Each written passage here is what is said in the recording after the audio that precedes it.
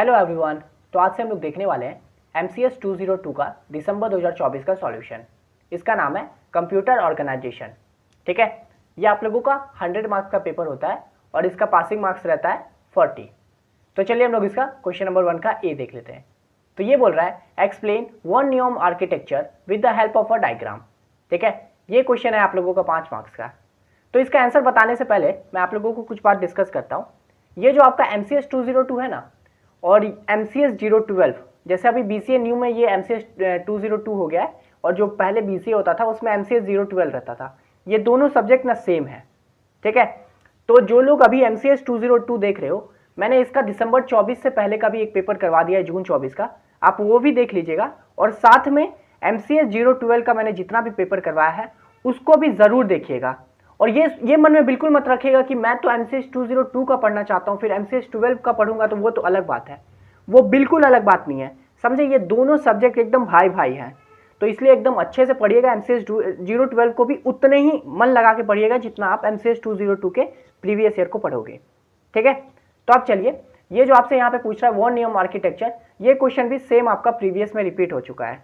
ये MCS 202 में भी रिपीट हुआ है और MCS 012 में भी ये क्वेश्चन आया है। और मैंने ये जो आंसर बताया हूँ ना, ये सेम टू सेम MCS 012 में था, उसी से लेके आया हूँ, समझे। तो इसलिए मैं बोल रहा हूँ कि एकदम अच्छे से देखिएगा और टॉपिक की तरह पढ़ना है। तो अभी देखिए, the von Neumann architecture is a computer design model where the CPU, memory and input output device are connected via common bus. It follows a stored program concept, meaning instruction and data share the same memory. तो देखिए, one Neumann architecture क्या होता है? एक computer design होता है, computer design model होता है जहाँ पे CPU, मेमोरी और इनपुट आउटपुट डिवाइस जो होते हैं ना, सब एक कॉमन बस के द्वारा कनेक्टेड रहते हैं। समझ गए? तो CPU हो गया, मेमोरी हो गया, इनपुट आउटपुट डिवाइस सब एक दूसरे के साथ कनेक्टेड रहते हैं। ये क्या करता है? स्टोर्ड प्रोग्राम कॉन्सेप्ट को फॉलो करता है, यानी कि जो भी इंस्ट्रक्शन हो गया या फिर जो भी डेटा होता है ना, वो सब एक ही मेमोरी पे रहता है, सेम मेमोरी का डेटा शेयर करता है। समझे? इंस्ट्रक्शन हो गया और डेटा दोनों सेम मेमोरी पे अवेलेबल रहता है। तो यही हो गया वन न्यूम आर्किटेक्चर। ठीक है, तो यहाँ पे देखिए क्या क्या। पहली बात तो ये आर्किटेक्चर है इसका आपका इस ढंग से रहेगा। सेंट्रल प्रोसेसिंग यूनिट है, इसके अंदर कंट्रोल यूनिट रहेगा और ये अर्थमेटिक लॉजिक यूनिट। ठीक है, और ये सब मेमोरी यूनिट से कनेक्टेड है।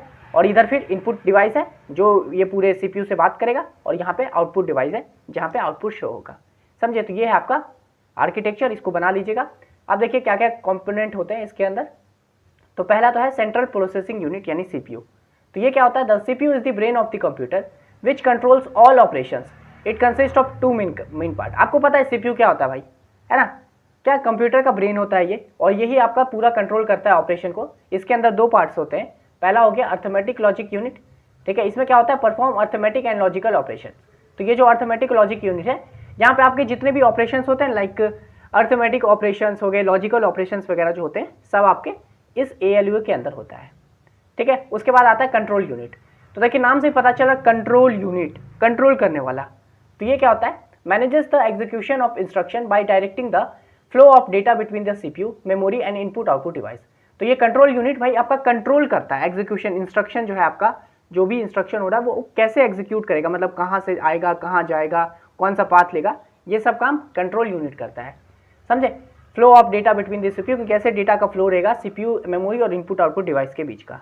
ठीक है, फिर है दूसरा चीज़ आपका मेमोरी यूनिट, यानी कि ये मेमोरी यूनिट में क्या रहेगा? नाम से पता चला मेमोरी यूनिट, जहाँ पे आपका जनरल डेटा वगैरह स्टोर रहेंगे। समझे? तो देखिए, this unit stores both data and instructions. It is typically random access memory which can be directly access by the CPU। ठीक है, तो मेमोरी यूनिट क्या रहता है कि इस यहीं पे आपका डेटा और इंस्ट्रक्शन दोनों स्टोर रहता है। जैसा कि मैंने बोला था वन न्यूम आर्किटेक्चर में क्या होता है कि भाई इंस्ट्रक्शन और डेटा जो होता है ना, सेम मेमोरी पर अवेलेबल रहता है। तो ये मेमोरी यूनिट ही है वो जगह जहाँ पे आपका डेटा और इंस्ट्रक्शन दोनों रहता है। और ये आपका एक तरह का रैम होता है जहाँ से CPU डायरेक्ट एक्सेस कर लेता है, उसको जो भी डेटा चाहिए या जो भी इंस्ट्रक्शन उसको चाहिए वो यहाँ से उठा लेता है CPU। समझे? फिर आता है इनपुट आउटपुट डिवाइस। तो ये क्या होता है? This allows communication between the computers and the external world. Input devices like keyboard bring data into the system, while output device like a monitor display result. है ना? आपको पता है इनपुट आउटपुट डिवाइस मतलब इनपुट डिवाइस जहाँ से input लिया जाता है सिस्टम के अंदर। फॉर एग्जाम्पल हो गया कीबोर्ड, है ना? कीबोर्ड से हम लोग इनपुट डालते हैं ना, और फिर आउटपुट हो गया हम लोगों का मॉनिटर, जहाँ पे हम लोग को आउटपुट दिखता है। समझे? तो वही अलाउ होता है कम्युनिकेशन बिटवीन द कंप्यूटर और एक्सटर्नल वर्ल्ड, या लाइक आप और मैं जो कंप्यूटर से बात करते हैं वो यही इनपुट आउटपुट डिवाइस की वाया करते हैं ना, तो बस यही हो गया आपका इनपुट आउटपुट डिवाइस। तो यही सब होते हैं कंपोनेंट आर्किटेक्चर के अंदर, वॉन न्यूमन आर्किटेक्चर के अंदर। ठीक है, तो आपने बहुत अच्छे से देख लिया। अब इसी तरह से ना वॉन न्यूमन आर्किटेक्चर, जैसे दिसंबर 24 से पहले मैंने जो जून 24 का करवाया था, उसमें शायद एक हार्वर्ड आर्किटेक्चर टाइप का क्वेश्चन पूछा था, समझे। तो हार्वर्ड आर्किटेक्चर यही वॉन न्यूमन का अपग्रेडेड वर्जन है। लाइक यहाँ पे जो इंस्ट्रक्शन और डेटा सब एक मेमोरी को फॉलो करता है, एक ही मेमोरी पे रहता है, तो हार्वर्ड आर्किटेक्चर में वो दोनों अलग अलग मेमोरी पे रहता है। आप जब जून 24 का देखने जाओगे तो आप समझ जाओगे, बट ये फिर से मैं याद दिला देता हूँ। आप MCS 20 को पहले जो मैं जितना करवाया हूँ वो देख लीजिए, उसके बाद MCS 12 का भी ज़रूर देखिएगा, ठीक है। और दूसरी बात, अगर आपको ये PDF चाहिए ना, MCS 202, ये जो दिसंबर 24 में पढ़ा रहा हूँ आपको, यही अगर आपको PDF के फॉर्म में चाहिए होगा तो मैं ये भी अवेलेबल करवा दूंगा। इसके लिए आप सिंपली मेरे को इंस्टा पे मैसेज कीजिए। ये फ्री PDF नहीं होगा, पेड PDF होगा, तो मैं वहाँ आपको बता दूंगा कैसे पे करना है। आप पे करोगे, मेरा PDF आपको वहाँ दे दूंगा, ठीक है। इंस्टा का लिंक आपको डिस्क्रिप्शन बॉक्स में मिल जाएगा। अब चलिए क्वेश्चन नंबर B देख लेते हैं। ये क्या बोल रहा है, परफॉर्म द फॉलोइंग कन्वर्जन, ठीक है। यहाँ पे आपको कुछ दिया हुआ है, like decimal to binary, decimal to hexadecimal, इस तरह से दिया हुआ है, आपको ये परफॉर्म करने बोल रहा है। 5 मार्क्स का क्वेश्चन है, और ये सेम इसी तरह का सेम क्वेश्चन आपका प्रीवियस में भी आ चुका है। तो ये कन्वर्जन वाला आता ही आपको decimal to binary, hexadecimal to octal, ऐसा करके क्वेश्चन मिलता है, समझे। और ये होता भी बहुत ईजी है, आप आराम से कर लोगे। तो चलिए हम लोग इसको करते हैं। तो यहाँ पे देखिए, पहला है डेसिमल 384 टू बाइनरी, ठीक है, यानी कि आपको डेसिमल नंबर जो है इसको आपको बाइनरी में बदलना है। तो देखिए, कोई भी डेसिमल नंबर को बाइनरी में बदलने के लिए आपको क्या करना है, सिंपली जो भी नंबर है उसको 2 से डिवाइड करते जाओ जब तक लास्ट में 1 ना आ जाए, ठीक है। तो यहाँ पे देखिए हम लोग वही करेंगे। 384 है तो 384 डिवाइडेड बाई 2 करेंगे, ठीक है। तो ये कितना में हो जाएगा, 192 बार में पूरा डायरेक्ट कट जाएगा। और रिमाइंडर, और हम लोग को क्या करना है, रिमाइंडर को स्टोर करके रखना है। हर आइट्रेशन, मतलब जब हम लोग डिवाइड करेंगे तो उसके बाद जो रिमाइंडर बचेगा उसको स्टोर करके रखना है, समझे। तो जब हम लोग 384 को 2 से डिवाइड किए तो 192 हो गया, मतलब डायरेक्ट चला गया, तो रिमाइंडर क्या बचा, 0। फिर हम लोग जब 192 को 2 से डिवाइड करेंगे तो वो 96 हो जाएगा, और रिमाइंडर क्या होगा, 0, समझे, डायरेक्ट होते जा रहा है। उसके बाद 96 को 2 से डिवाइड करेंगे तो क्या होगा, 48, इसमें भी रिमाइंडर हुआ 0, है ना, क्योंकि 48 इंटू 2 क्या होता है, 96, सब कटते जा रहा है डायरेक्ट, तो रिमाइंडर 0 हो रहा है। फिर आएगा 48/2, तो ये क्या हो जाएगा, 24, इसमें भी रिमाइंडर 0। 24 को 2 से करेंगे 12, रिमाइंडर 0। 12 को 2 से करेंगे 6, रिमाइंडर 0। 6 को 2 से 3, रिमाइंडर 0। 3 को 2 से, तो देखिए 3 को जब 2 से करेंगे तो ये 1 बार में जाएगा, और रिमाइंडर यहाँ पे 1 बचेगा, है ना, क्योंकि 2 एकम 2, तो 2 हुआ, तो और 3 में से 2 गया तो 1 बचा, तो रिमाइंडर 1 हुआ, है ना। फिर उसके बाद देखिए, आप चाहो तो यहीं पे रुक सकते हो 1, बट इसके बाद एक और प्रोसेस कीजिएगा, मतलब आपको जनरली यहीं पे नहीं रुकना है, एक और स्टेप होगा।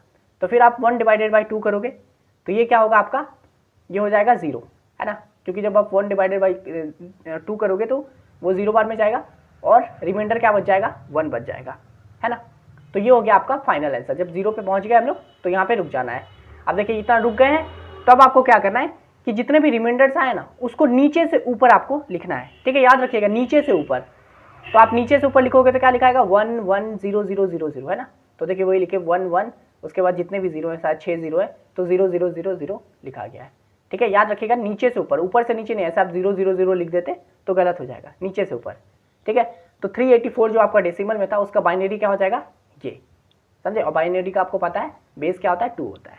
तो इस तरह से हम लोगों ने डेसिमल टू बाइनरी कर दिया। उसके बाद देखिए दूसरा है आपका डेसिमल 873 टू हेक्साडेसिमल, यानी कि आपको ये जो डेसिमल है उसको हेक्साडेसिमल में चेंज करना है। तो ये भी काफ़ी ईजी है। तो देखिए अभी हम लोग जब डेसिमल को बाइनरी में कर रहे थे तो बाइनरी का हमको पता है बेस होता है 2, इसलिए मैंने इसको पूरे 2 से डिवाइड कर दिया। इसी तरह से हेक्साडेसिमल का बेस क्या होता है, तो वो होता है 16, ठीक है, 16। तो आप क्या करो, बस सिंपली ये जो 873 है इसको 16 से डिवाइड करते जाओ जब तक 0 ना हो जाए, है ना। तो चलो शुरू करते हैं। तो 873 डिवाइडेड बाई 16 करेंगे तो आपका रिमाइंडर 54 टाइम्स में जाएगा, और रिमाइंडर बचेगा आपका 9, ठीक है। तो यह R मीन्स रिमाइंडर हुआ, तो रिमाइंडर बचा 9, ठीक है। फिर ये जो 54 है इसको 16 से डिवाइड करेंगे तो 3 बार में जाएगा, और रिमाइंडर हो जाएगा 6, ठीक है। उसके बाद फिर हम लोग 3 को 16 से करेंगे तो ये हो जाएगा 0 बार में 0, और रिमाइंडर हो जाएगा 3। तो 0 तक हो गया, तो बस हम लोग यहीं पे रुक जाएंगे, और इसको भी क्या करेंगे, नीचे से ऊपर लिखेंगे, ठीक है, इसको भी नीचे से ऊपर लिखना है। तो 873 जो है डेसिमल में, उसका बाइनरी क्या हो जाएगा 3, 6 और 9, रिमाइंडर वाला पार्ट लिख दिया बेस 16। तो ये हो गया फाइनल आंसर। बहुत ईजी चीज़ है ये सब, कोई लोड लेने वाली बात नहीं है, आप आराम से कर सकते हो। फिर आता है थर्ड क्वेश्चन, क्या है, हेक्साडेसिमल B1D टू ऑक्टल। ठीक है, यानी कि आपको हेक्साडेसिमल दिया है, उसको ऑक्टल में बदलने बोला है। तो देखिए, जब ऑक्टल में मतलब हेक्साडेसिमल टू ऑक्टल में जाना है ना, तो पहले आपको क्या करना होगा कि बाइनरी में कन्वर्ट कर देना होगा, उसके बाद जब ऑक्टल में करोगे तो आसानी से हो जाएगा। तो चलिए हम लोग करते हैं कन्वर्ट टू बाइनरी फर्स्ट। तो आपको पता है बी जो, अच्छा हेक्साडेसिमल मतलब क्या होता है कि 0, 1, 2, 3, हेक्साडेसिमल में आपका 15 एलिमेंट्स आ सकता है, मतलब 15 वैल्यूज होते हैं। तो 0 से लेकर 9 तक तो सेम रहेगा, 0, 1, 2, 3, 4, 5, 6 वो वाली बात। उसके बाद ए जो होता है, मतलब 9 के बाद 10 जो होगा उसको 10 नहीं लिखेंगे डायरेक्ट, हेक्साडेसिमल में 10 की जगह पे ए हो जाता है। फिर 11 की जगह पे बी, 12 की जगह पे सी, 13 की जगह पे डी, 14 की जगह पे ई और 15 की जगह पे एफ। तो इस तरह से हेक्साडेसिमल का वैल्यू होते हैं, समझे। तो आपको देखिए बी मतलब क्या हुआ, मैंने बोला था 9 तक तो नॉर्मल होता है, उसके बाद ए भी शुरू हो जाता है। 9, 10 हो गया ए, 11 होता है बी, है ना। तो बी को जब बाइनरी में चेंज करोगे तो आप देखो जनरली लोग रट्टा मारते हैं, हेक्साडेसिमल का वैल्यू ये होता है, बाइनरी में ऐसा होगा, वो करने की बिल्कुल ज़रूरत नहीं है, समझे। देखिए मैं एक बहुत अच्छा तरीका बताता हूँ आपको, मतलब जो रियल तरीका है, कोई अलग मैं नहीं बता रहा हूँ। तो यहाँ पे देखिए आपको क्या करना है, बी को बदलना है ना। बी का वैल्यू आप समझिए 11 है, ठीक है, 11 होता है बी का वैल्यू। तो आपको ये पता है, आप देखिए कैसे इसको करोगे। तो देखिए ये जो नंबर है ना, ये पहला 1 जो है, ये हुआ आपका 2 का पावर 0। 2 का पावर 0 क्या होता है, 1 होता है। फिर ये जो दूसरा 1 है, ये हुआ आपका 2 का पावर 1। तो 2 का पावर 1 क्या होता है, 2 होता है। फिर उसके बाद जो ये 0 है, इसका वैल्यू क्या हुआ, 2 का पावर 2 यानी कि 4। उसके बाद ये क्या हो गया, 2 का पावर 3 यानी कि 2 का पावर 3 कितना होता है, 8 होता है ना। तो 8 हो गया। तो इस ढंग से आपने नोटिस किया 1, 2, 4, 8, 16 ऐसे करके नंबर होते हैं। तो अब देखिए हम लोग को बी है हम लोगों का 11। तो 11 को हम लोग कैसे लिख सकते हैं, तो देखिए ये आपका लास्ट वाला प्लेस क्या होता है, 8 का है, फिर ये 4 का है। तो 8 मैं जिस पे 1 डालूंगा वो वैल्यू लूंगा। तो लाइक अगर मैंने यहाँ पे 1 डाला है तो मैं 8 को ले रहा हूँ।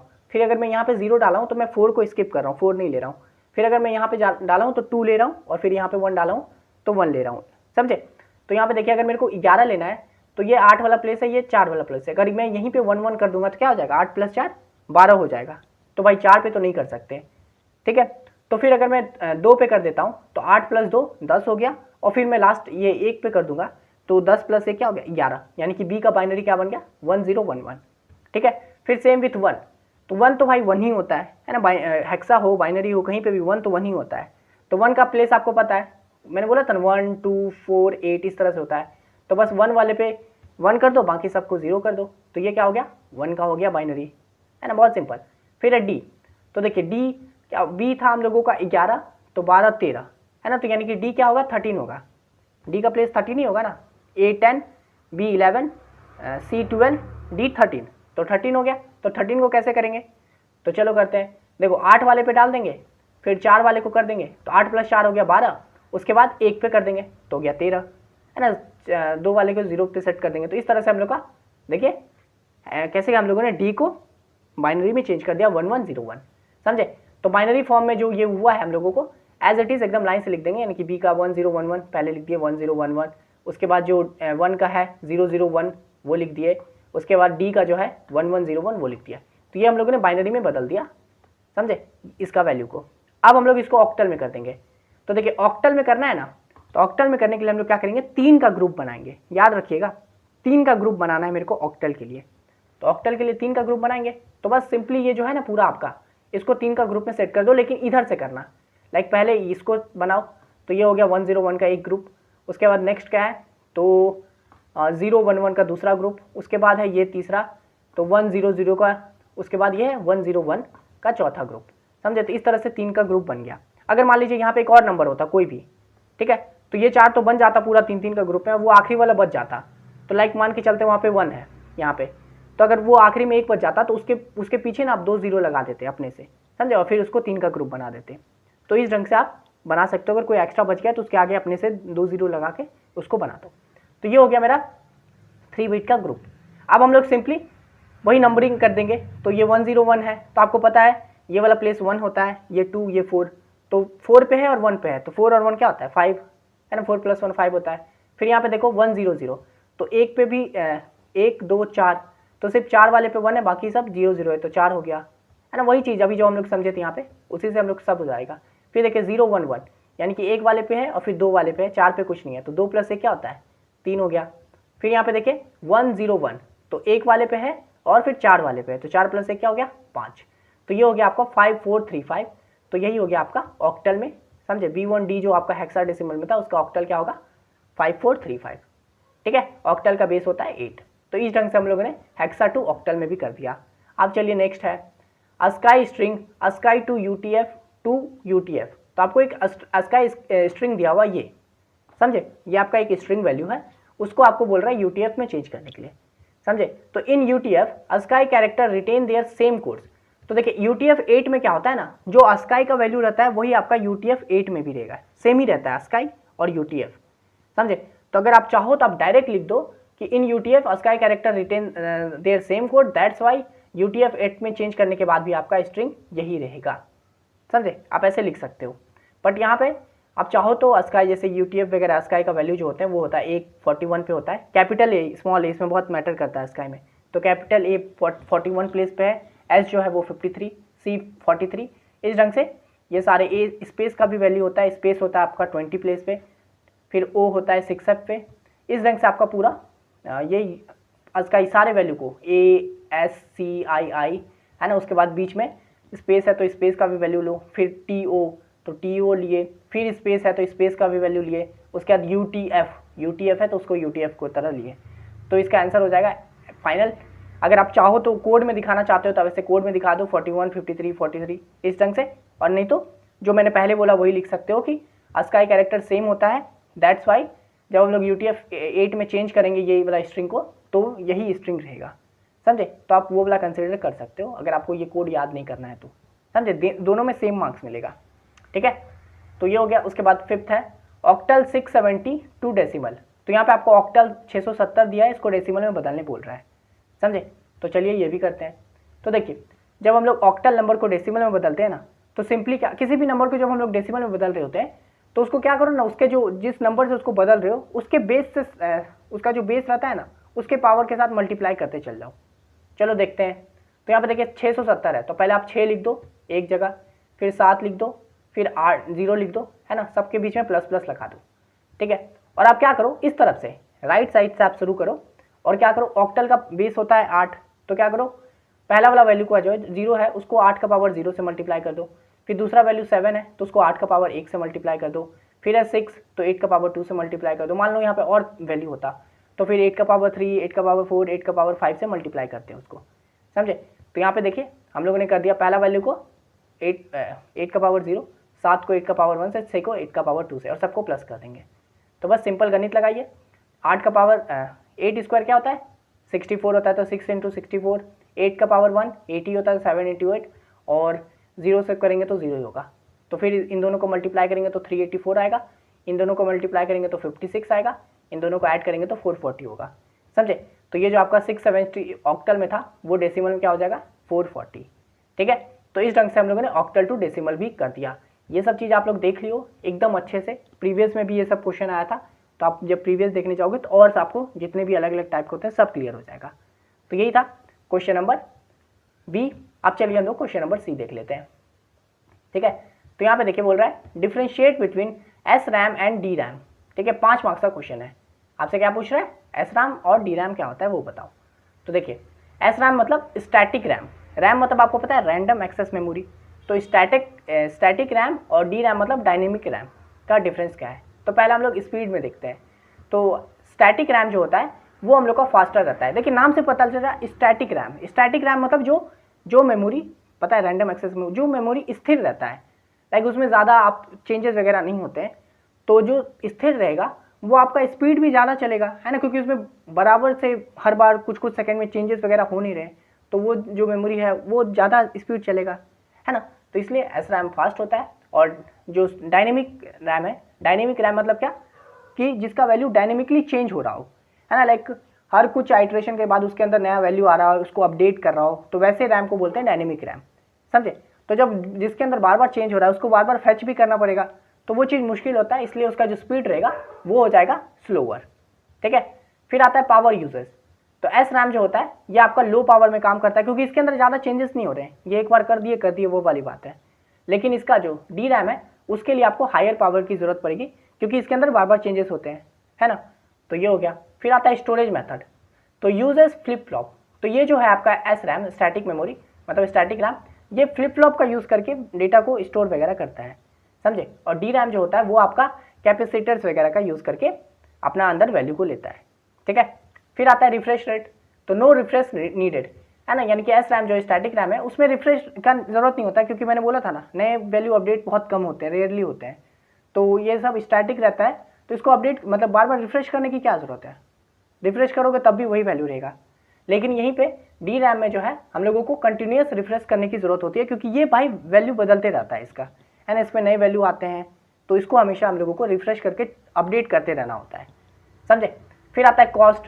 तो ये जो एस रैम है ये आप लोगों का एक्सपेंसिव होता है, क्योंकि आप देखिए एक बार इसके अंदर वैल्यू वगैरह नहीं चेंज कर सकते हो, एक बार अगर कुछ बना के रख दिए तो रख दिए हो, तो जब आप रख देंगे तो उसको मैनेज करना भी तो मुश्किल होगा ना, लाइक वो स्पेस भी ज़्यादा खाएगा, उसके अंदर आप चेंजेस नहीं कर सकते। मान लो उस मेमोरी का आपको काम नहीं है, फिर भी आपने उसको रखा हुआ है, तो ये क्या होगा, महंगा होगा, इसलिए कॉस्ट इसका एक्सपेंसिव रहता है।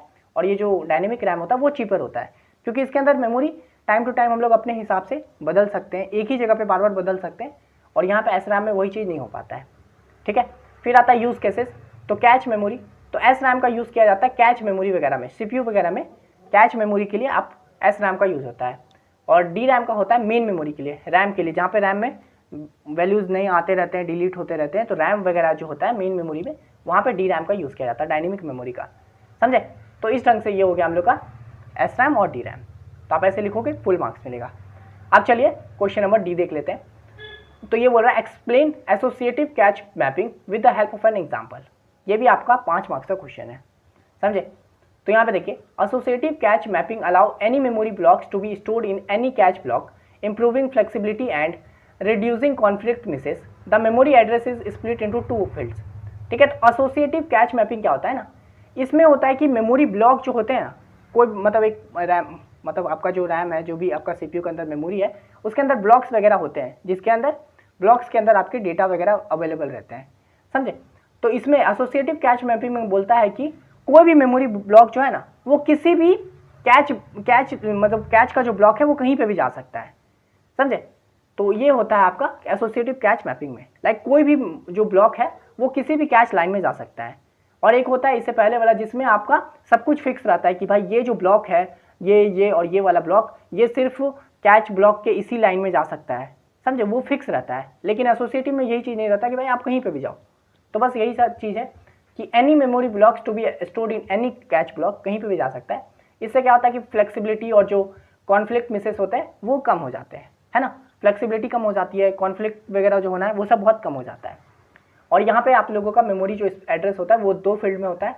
एक होता है tag to identify a block, है ना, टैग से मतलब जो भी मेमोरी हमको भेजना चाहते हैं उसमें टैग वगैरह रहता है, तो टैग से हम लोग फाइंड करते हैं कि ये किस ब्लॉक में है, किस ब्लॉक में जाएगा, और वर्ड से हम लोग पता चलेगा कि वो उस ब्लॉक के अंदर कहाँ पे अवेलेबल है, क्योंकि ब्लॉक में भी बहुत सारे मेमोरी होते हैं, लाइक लिमिटेड मात्रा में, बहुत सारे मतलब बहुत ज़्यादा नहीं, लाइक मान लीजिए एक ब्लॉक में 5 मेमोरी लोकेट है, समझे। तो 5 मेमोरी में किस जगह पे 1 2 3 4 5 किस प्लेस पे अवेलेबल है वो आपको वर्ड निकाल के देता है, और टैग बताता है कि किस ब्लॉक में है, समझे। तो इस तरह से होता है एसोसिएटिव कैच मैपिंग। इसका एग्जांपल के तौर पे देखिए, एक हम लोगों को मेमोरी ब्लॉक दिया हुआ है, ये सब मेमोरी ब्लॉक है, एड्रेस है 1001, इस तरह से आपका कुछ एड्रेस है, समझे, रैंडम एक्सेस मतलब एड्रेस लिया हूँ मैं, आप भी कुछ भी ले सकते हो एड्रेस, ठीक है। तो ये आपका कुछ मेमोरी ब्लॉक्स दिए हुए, मेमोरी ब्लॉक्स मतलब समझ गए ना, 1001 ये कोई एड्रेस है, यहाँ पे आपका कोई होगा, कोई डेटा होगा, 4-5 डेटा होगा, ठीक है, ABCDE करके कोई 5 डेटा होगा इस 1001 एड्रेस पे, समझे। तो ये सब है ब्लॉक्स। फिर आता है कैच ब्लॉक्स अवेलेबल, फिर ये हो गया मेमोरी ब्लॉक जहाँ पे ये जनरली आपका रैम में अवेलेबल रहता है। और फिर आता है कैच ब्लॉक्स, जहाँ से आपका जनरली मतलब यहाँ पे कैच में कम मेमोरी अवेलेबल रहते हैं जो फ्रीक्वेंट यूज़ हो रहे होते हैं ताकि स्पीड चले कंप्यूटर, समझे। तो कैच ब्लॉक्स में क्या क्या है, तो ब्लॉक 0, ब्लॉक 1, ब्लॉक 2, ब्लॉक 3, इस तरह से 4 ब्लॉक हैं, समझे, कैच का भी। तो इस ढंग से हम लोगों ने एग्जांपल ले लिया कि भाई ये 4 मेमोरी ब्लॉक है और कैच ब्लॉक भी ये 4 है। अब देखिए इसमें एसोसिएटिव में आपको पता है कोई कहीं पे भी जा सकता है, तो बस वही लिखें, instead of following fix mapping blocks are dynamically stored in available cache slot. ठीक है, तो ये भाई फिक्स मैपिंग को ये नहीं करता है कि ये वाला ब्लॉक इसी में जाएगा, ये वाला ब्लॉक यहीं जा सकता है, ऐसा कुछ नहीं है, समझे। तो यहाँ पे जो है ब्लॉक्स आर डायनेमिकली स्टोर होता है, कहीं पे भी जो अवेलेबल है, ब्लॉक 1 खाली है तो वहीं पे चल जाओ, ब्लॉक 2 खाली है तो वहीं पे चल जाओ, वही होता है कि किसी भी कैच स्लॉट में वो चला जाता है। Searching is perform using tag instead of direct texting. फिर देखिए कहीं पे भी चला जाता है तो ऐसा नहीं है कि भाई इसको सर्च करना मुश्किल है, क्योंकि मैंने बोला था हर मेमोरी के पास अपना एक टैग होता है, तो हम लोग उस टैग से फाइंड कर सकते हैं कि भाई ये कहाँ है अवेलेबल, समझे, ये ब्लॉक 1 में, ब्लॉक 2 में, किस ब्लॉक में अवेलेबल है, वो हम लोग उस टैग से फाइंड कर सकते हैं, समझे। तो वही होता है कि टैग का यूज़ किया जाता है डायरेक्ट इंडेक्सिंग के उसके अलावा, समझे। This approach improves performance but requires complex tag based searching. ठीक है, तो ये भाई हम लोग का अप्रोच जो है परफॉर्मेंस को तो बढ़ा देता है, लेकिन इसमें थोड़ी सी टैग बेस्ड सर्चिंग वगैरह आ जाती है तो थोड़ी कॉम्प्लेक्सिटी बढ़ जाती है ना, क्योंकि वो टैग को मेंटेन करना होता है, वो किस ब्लॉक में जा रहा है वो देखना होता है ना, उसके अंदर किस प्लेस पे, वो सब करने में थोड़ी कॉम्प्लेक्सिटी बढ़ जाती है, समझे। तो यही हो गया एसोसिएटिव कैच मैपिंग। तो ये था क्वेश्चन नंबर डी। आशा करते हैं आपको ये वीडियो समझ में आ गया होगा। इसमें हम लोगों ने क्वेश्चन 1 का ABCD देख लिया है। ठीक है, तो ये वाला PDF चाहिए तो आपको पता ही है क्या करना है, इंस्टा पे मेरे को मैसेज कर दीजिएगा, और बाकी प्लेलिस्ट को भी ज़रूर देखिएगा, MCS 202 का भी और MCS 012 का भी। ठीक है, मस्ट। अगर आप मैं 2 साल के बाद भी ये वीडियो देख रहे हो और मैंने MCS 202 का और भी बहुत सारा प्रीवियस ईयर करवा दिया है, तब भी आप MCS 012 को ज़रूर देखिएगा, समझे। उससे आपका दिमाग खुलेगा और अच्छे अच्छे क्वेश्चन आप प्रैक्टिस कर पाओगे। तो इस वीडियो के लिए इतना ही, और आपसे एक छोटा सा रिक्वेस्ट है, इस वीडियो के डिस्क्रिप्शन के एंड में, ठीक है, एकदम ये जो वीडियो का डिस्क्रिप्शन के एंड में एक 2 मिनट का वीडियो है, उसको ज़रूर देख लीजिएगा, समझे। वो सपोर्ट रिलेटेड वीडियो है, उसको ज़रूर देखिए और कुछ सपोर्ट ज़रूर कीजिएगा। ठीक है, वो आपको डिस्क्रिप्शन के एंड में मिल जाएगा। 2 मिनट से भी कम का वीडियो है, तो ये वीडियो खत्म हो गया है तो उसे देख लीजिए और कुछ सपोर्ट कर दीजिए। ठीक है, मिलते हैं नेक्स्ट वीडियो में, तब तक के लिए बाय।